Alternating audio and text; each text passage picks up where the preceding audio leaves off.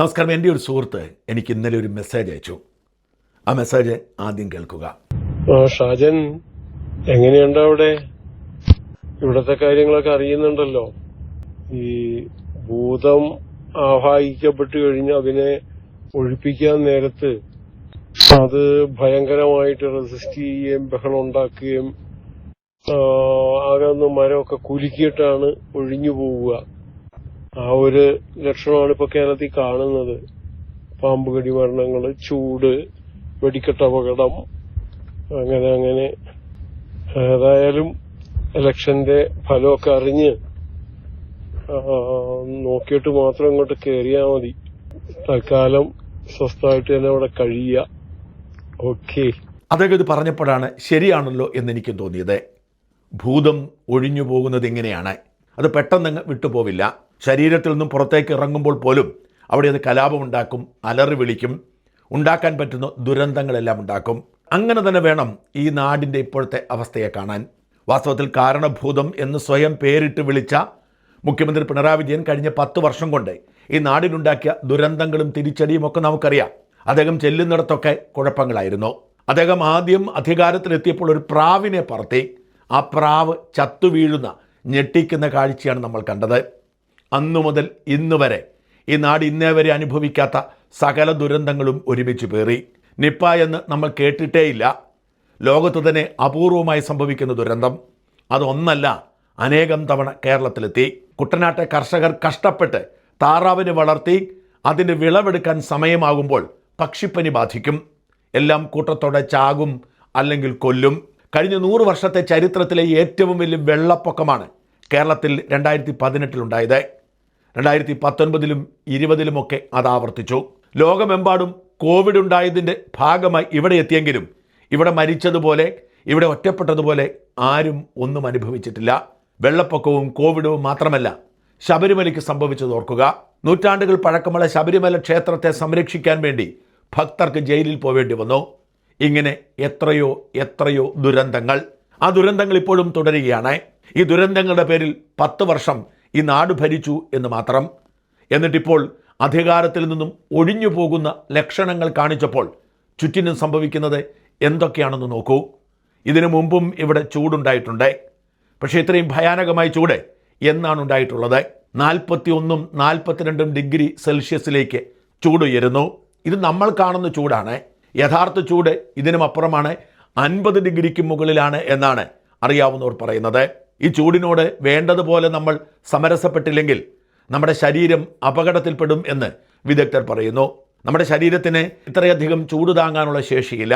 അതുകൊണ്ട് തന്നെ ചൂടിൽ തളർന്നു വീണ് അനേകം പേർ ആശുപത്രിയിലാകുന്നു, ചിലരൊക്കെ മരിക്കുന്നു.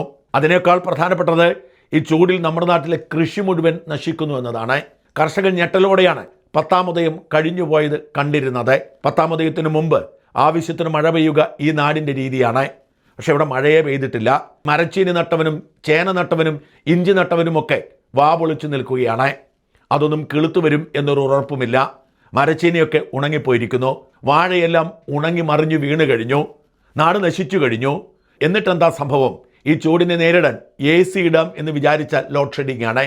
കറണ്ട് കട്ടില്ലാത്ത 10 വർഷം എന്ന് പറഞ്ഞ് പിണറായി വിജയൻ നമ്മളെ തെറ്റിദ്ധരിപ്പിച്ച് വോട്ട് പിടിച്ചു. ഈ കറണ്ട് കെട്ട് കടന്നുപോയത് കേന്ദ്ര സർക്കാർ പൂളിംഗ് സിസ്റ്റം കൊണ്ടുവന്നത് കൊണ്ടാണെന്നും ഇവിടെ കൂടുതലായി വൈദ്യുതി ഉത്പാദിപ്പിച്ചത് കൊണ്ടല്ല എന്നും അറിഞ്ഞുകൊണ്ട് തന്നെ മറച്ചുവെച്ചു. പിണറായി അധികാരത്തിൽ വന്നതിന് ശേഷം ഒരു ജലവൈദ്യുതി പദ്ധതിയും ഒരു താപനിലയവും അണുനിലയവും തുടങ്ങിയിട്ടില്ല. വൈദ്യുതി ഉത്പാദനം വർദ്ധിപ്പിച്ചിട്ടില്ല.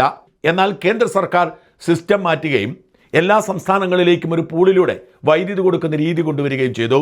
അതിൻ്റെ പേരിൽ അനധികൃതമായി വൈദ്യുതി വാങ്ങൽ നടത്തി കോടികൾ അടിച്ചു മാറ്റി വേണ്ടപ്പെട്ടവർ. എന്നിട്ട് പറഞ്ഞു കറണ്ട് കെട്ടില്ലാത്ത 10 വർഷങ്ങൾ എന്ന നുണ. എന്നിട്ട് ഇപ്പോൾ എന്താണ് സംഭവിക്കുന്നത്? ആ വൈദ്യുതി സപ്ലൈക്ക് പോലും താങ്ങാൻ കഴിയാത്ത കാലാവസ്ഥ നമ്മുടെ നാട്ടിൽ രൂപപ്പെട്ടു. ലോഡ് ഷെഡിങ് പ്രഖ്യാപിക്കാതെ നടത്തുന്നു. കറണ്ട് പോവുകയാണ് കൂടെ. വിളിച്ചു ചോദിക്കുമ്പോൾ KSB അധികൃതർ പറയും ലോഡ് ഷെഡിങ് ആണെന്ന്. എന്നാൽ ഇതിനു മുമ്പ് എങ്ങനെയായിരുന്നു? ലോഡ് ഷെഡിങ് നേരത്തെ പറയും, ഇത്ര മിനിറ്റ് ഇത്ര നേരം കറണ്ട് ഇല്ല എന്ന് പറയും. ഇത് പറയില്ല. ഇത് പറയാതെ നമ്മളെ അർദ്ധരാത്രിയിലും നമ്മുടെ ജോലിക്കിടയിലും തടസ്സമുണ്ടാക്കിയാണ് ഈ കാരണഭൂതൻ്റെ പ്രസ്ഥാനം.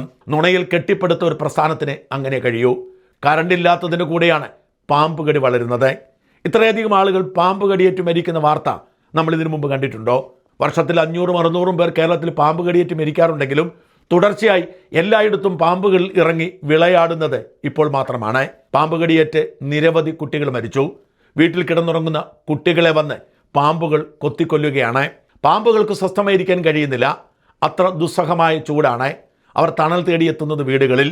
അടച്ചുറപ്പുള്ള വീടില്ലാത്ത പാവപ്പെട്ട മനുഷ്യരുടെ ചുവരുകളിലേക്ക് അവർ നുഴഞ്ഞു കയറുന്നു. കട്ടിൽ വാങ്ങി കിടന്നുറങ്ങാൻ പണമില്ലാത്തതുകൊണ്ട് നിലത്ത് കിടന്നുറങ്ങുന്ന കുട്ടികളെയും അമ്മമാരെയും ഒക്കെ അവ കൊത്തിക്കൊല്ലുന്നു. നോക്കൂ, ഒരു വശത്ത് വേനൽ ചൂട്, മറുവശത്ത് കരണ്ട് കട്ട്.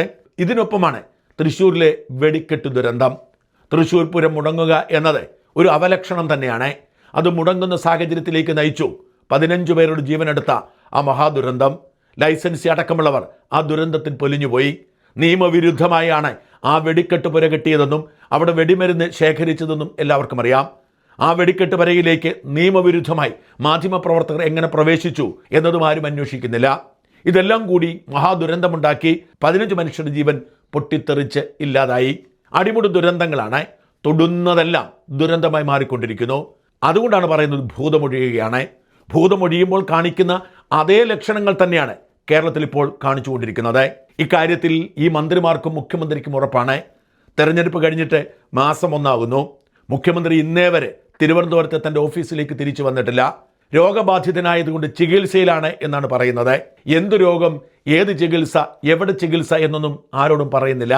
ഇത്രയും വയ്യാത്ത മുഖ്യമന്ത്രി എന്തിനാണ് വീണ്ടും 5 വർഷം കൂടി നാട് ഭരിക്കാൻ ഉത്തരവാദിത്വം ഏറ്റെടുക്കാൻ കഷ്ടപ്പെട്ട് മത്സരരംഗത്തുള്ളത് എന്നാരും ചോദിക്കരുത്. അതൊക്കെ രണ്ടാമത്തെ കാര്യം. തെരഞ്ഞെടുപ്പാകുമ്പോൾ ഒരു രോഗവുമില്ല. വാഹനത്തിൽ കയറി കൈവീശി നടക്കും. അല്ലാത്തപ്പോൾ ബസ്സിൽ കയറണമെങ്കിൽ ലിഫ്റ്റ് വെക്കേണ്ട ഗതികേട്. ക്ലിഫ് ഹൗസിൻ്റെ 2ാം നിലയിലേക്ക് പോകണമെങ്കിൽ നമ്മുടെ കയ്യിലെ കാശ് മുടക്കി ലിഫ്റ്റ് വെക്കേണ്ട ഗതികേട്. എന്തായാലും കാരണബോധനും ഉറപ്പാണ് ഇനി അധികാരമില്ലെന്ന്. അതുകൊണ്ടാണ് തെരഞ്ഞെടുപ്പിന് ശേഷം ഇതുവരെ അങ്ങോട്ട് തിരിഞ്ഞു നോക്കിയിട്ടില്ല. എന്തിന് കാരണഭൂതനെ പറയുന്നു? 21 മന്ത്രിമാരിൽ തെരഞ്ഞെടുപ്പിന് ശേഷം ഓഫീസിലേക്ക് എത്തിയത് 2 മന്ത്രിമാർ മാത്രമാണ്. തിരുവനന്തപുരംകാരനായ ശിവൻകുട്ടിയും GR അനിലും. അവർ രണ്ടുപേരും തിരുവനന്തപുരത്തായതുകൊണ്ട് ഓഫീസിൽ കയറി കുറച്ചു നേരം ഇരുന്നിട്ട് പോകും. മന്ത്രിമാരുടെ ഓഫീസിലെ ജീവനക്കാർ പോലും അവിടേക്ക് എത്തുന്നില്ല.